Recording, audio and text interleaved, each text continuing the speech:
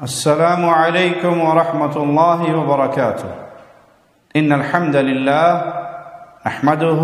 ونصلي على رسوله الكريم.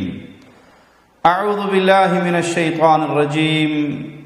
بسم الله الرحمن الرحيم. قل هو الله أحد الله الصمد لم يلد ولم يولد ولم يكن له كفوا أحد. نیک اعمال کرنا اور برے اعمال سے بچنے کی کوشش کرنا، یہ خوش نصیب کو حاصل ہوتا ہے، اور جس کو یہ توفیق مل جائے تو وہ ضرور اللہ کی رحمت سے اللہ کی جنت کا مہمان بنے گا۔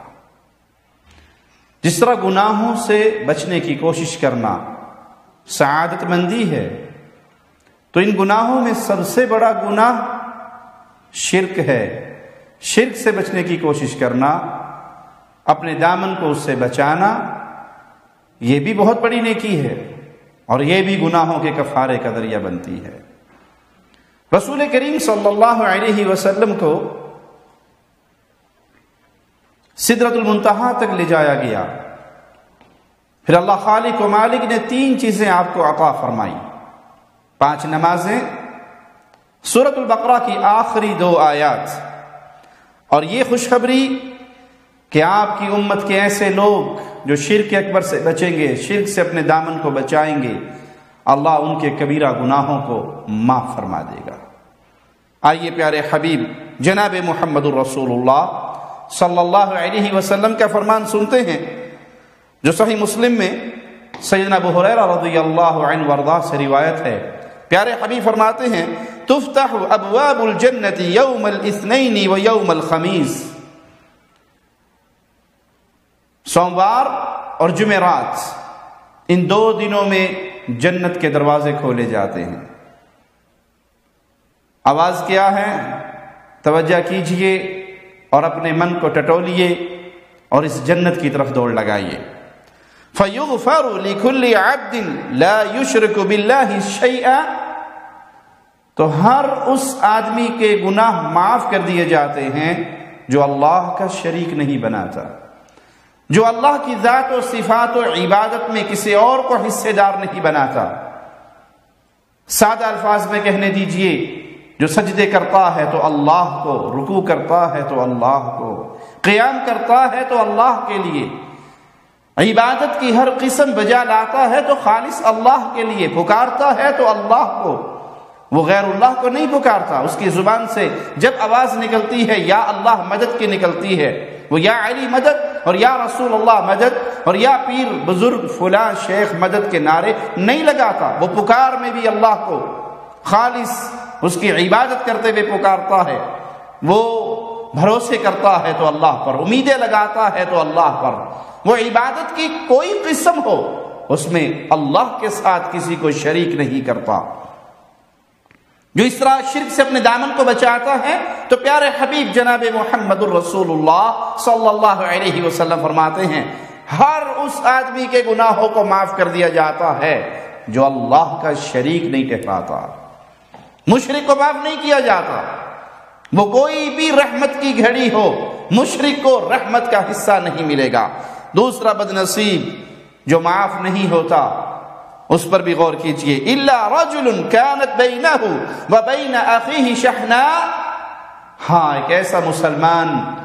ایک ایسا شخص جو اپنے مسلمان بھائی سے اس کے دل میں بغض و عداوت ہے، اس کے دل میں نفرت و کینہ ہے، اس کے دل کے اندر اپنے بھائی کے خلاف ایسے جذبات ہیں دشمنی کے، ان کے بارے میں اعلان ہوتا ہے: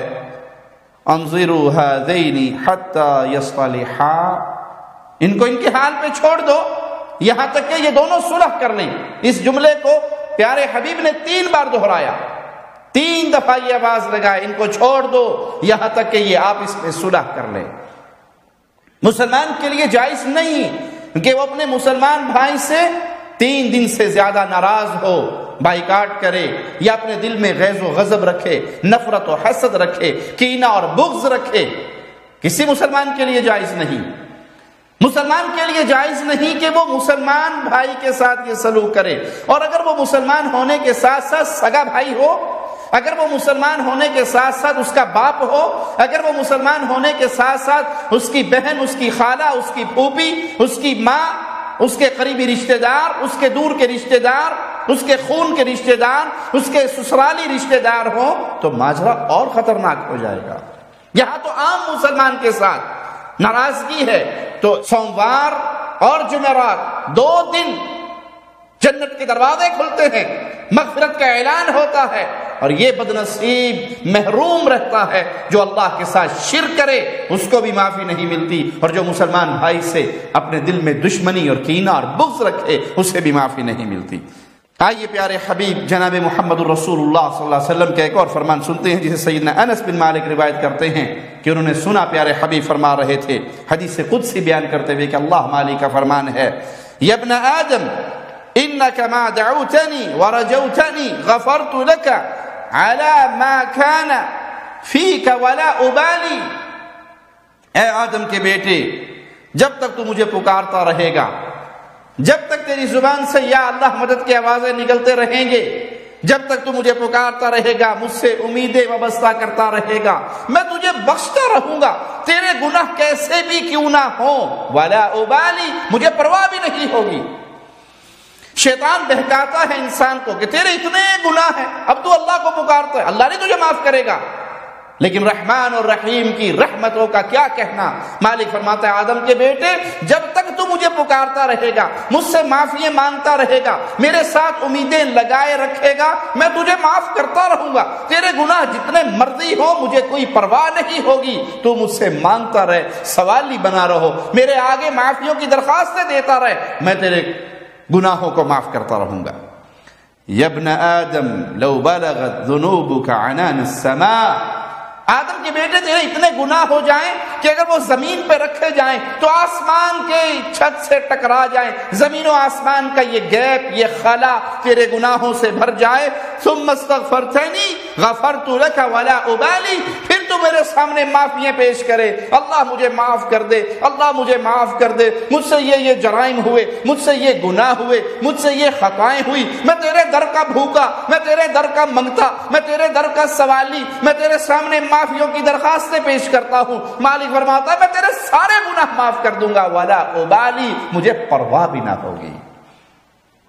اس رحیم رحمان مولا کو چھوڑ کر، اے قبروں پہ گرنے والوں، اس خالق و مالک کو چھوڑ کر، اے مردوں کے سامنے سر ٹیکنے والوں، اس خالق و مالک اور رحیم کو چھوڑ کر اپنے جیسے مجبور انسانوں کے سامنے سر جھکانے والوں، ان سے امیدیں لگانے والوں، مردہ کی ڈھیری پہ آ کر امید لگانے والوں، اگر یہ امیدیں تمہاری اللہ سے لگی ہو، تمہارے گناہ زمین و آسمان کے اس خلا کو بھر دیں، تمہارے جتنے مرضی گناہ ہو جائیں، آسمان سے ٹکرا جائیں، اگر تم اللہ سے امید لگاؤ اور اللہ کی توحید پر ایمان لے کر آؤ اور اللہ سے معافیوں کے سوال کرو تو اللہ تمہاری زندگی بھر کے گناہوں کو معاف کر دے۔ یا ابن آدم انک لو اتیتنی بقراب الارض خطایا، اے آدم کے بیٹے یہ جتنی زمین ہے، یہ ساری زمین اپنے گناہوں سے بھر کے اگر تو میرے پاس آئے، ثم لقیتنی لا تشرک بی شیئا، پھر تیری اور میری ملاقات ہو اس حال میں تو نے میرا شریک نہ بنایا ہو، تو نے نہ کہا ہو کہ محمد صلی اللہ علیہ وسلم نور من نور اللہ ہیں، تو نے نہ کہا ہو کہ علی مشکل کشا ہیں، تو نے نہ کہا ہو کہ یہ بابا غوث اعظم ہے، یہ بابا داتا ہے، یہ غریب نواز ہے، یہ بندہ نواز ہے، یہ بگڑی بنانے والا ہے، یہ اولاد دینے والا ہے، یہ رزق دینے والا ہے، یہ شفا دینے والا ہے، اس کی ڈھیری پہ سجدے جائز ہیں، اس کی ڈھیری کا رکوع جائز ہے، اس قبر کا طواف جائز ہے، اس قبر کے لیے نذرانے جائز ہیں، یہاں مرغے اور بکرے اور جانوروں کی خیرات ذبح اس بابے کے لیے جائز ہے۔ تو نے اللہ کی عبادت میں کسی کو شریک نہ کیا ہو، تو نے اللہ کے علاوہ کسی اور پہ امیدیں اور بھروسے نہ کیے ہو، تو عبادت میں خالص ہو، شرک تیرے دامن میں نہ ہو، تو مولا کیا فرماتا ہے، لَأَتَيْتُكَ بِقُرَابِهَا مَغْفِرَةً، یہ تو نے زمین سارے گناہوں سے بھری ہوگی، میں اتنی ہی رحمت لے کر آؤں گا، تیرے سارے گناہوں کو معاف کر دوں گا۔ شرک سے بچنا باعث مغفرت ہے، شرک سے بچنے کی کوشش کرنا، اپنے دامن کو شرک سے بچانا وہ نیکی ہے۔ وہ عظیم نیکی ہے جس سے زندگی بھر کے گناہ معاف ہو سکتے ہیں۔ سیدنا معاذ کہتے ہیں کہ رسول کریم صلی اللہ علیہ وسلم نے فرمایا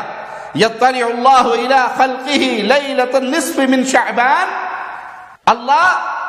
نصف شعبان کی رات کو دیکھتا ہے اپنی مخلوق کو اور پھر ساروں کے گناہ معاف کر دیتا ہے۔ لیکن یہاں بھی دو بد نصیب ہیں جو اس رات میں بھی جب رب کی رحمت ایسے جوش مارتی ہے کہ خالق اپنی مخلوق کو دیکھتا ہے، ان کے گناہوں کو معاف فرماتا ہے، دو بد نصیب یہاں پر بھی ایسے رہتے ہیں جو اس رات میں اپنے گناہوں کی معافی نہیں پا سکتے۔ الا لمشرک او مشاحن،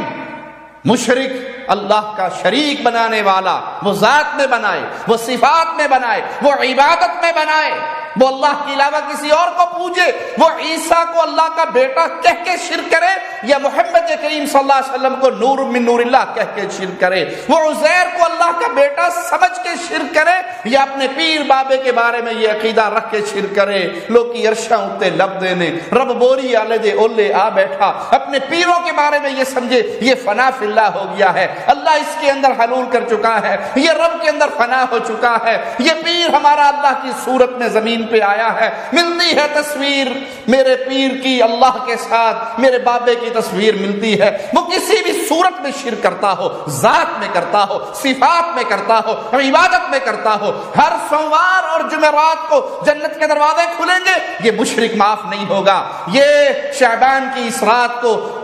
اللہ مالک رحمت سے اپنی مخلوق کی طرف توجہ فرمائے گا، انہیں دیکھے گا، لیکن یہ مشرک معاف نہیں ہوگا۔ اور اسی طرح وہ مسلمان جو اپنے بھائی کے خلاف دل میں نفرت و کینہ اور بغض و عداوت لے کے بیٹھا ہے، اسے معاف نہیں کرتا،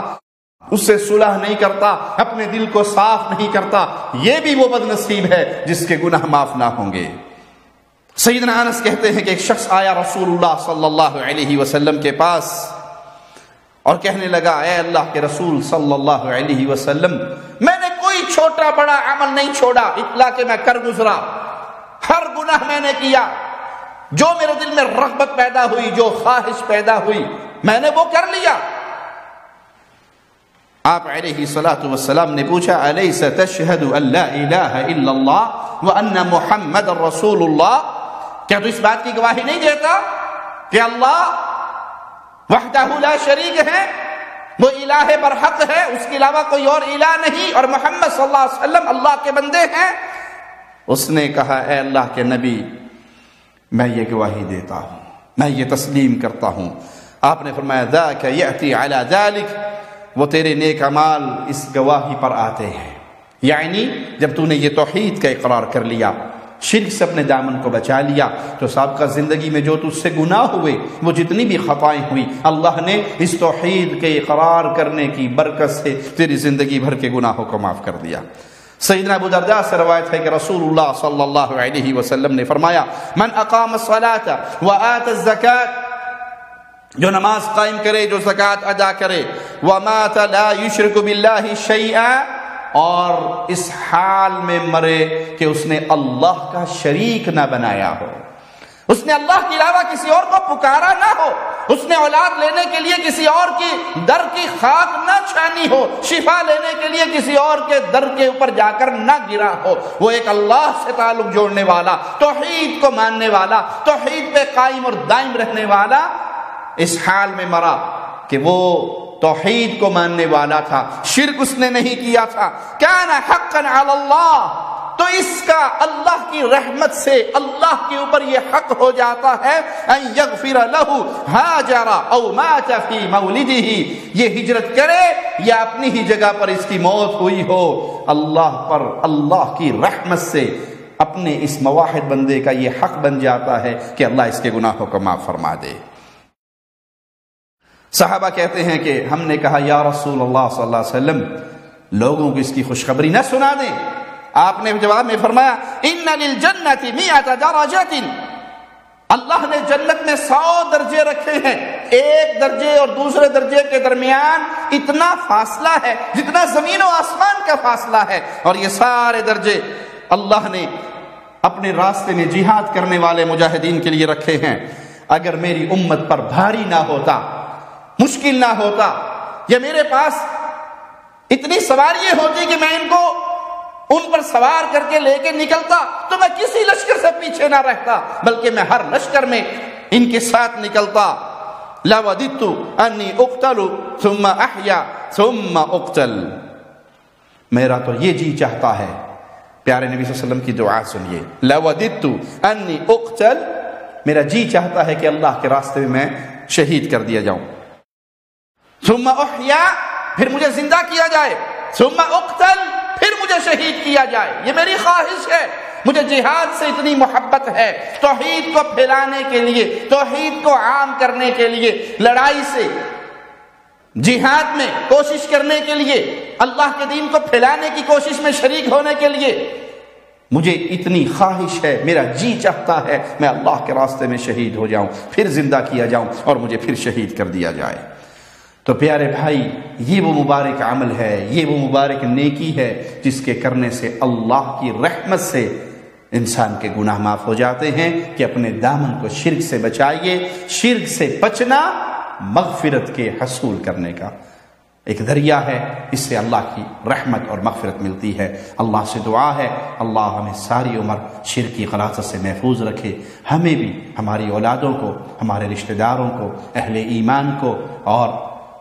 سچے دل سے لا الہ الا اللہ کے اقرار کرنے والوں کو اس آزمائش سے اور اس لعنت سے محفوظ رکھے، توحید پہ ہم قائم رہیں اور توحید پہ ہماری موت ہو۔ اقول قولی ھذا واستغفر اللہ لی ولکم ولسائر المسلمین۔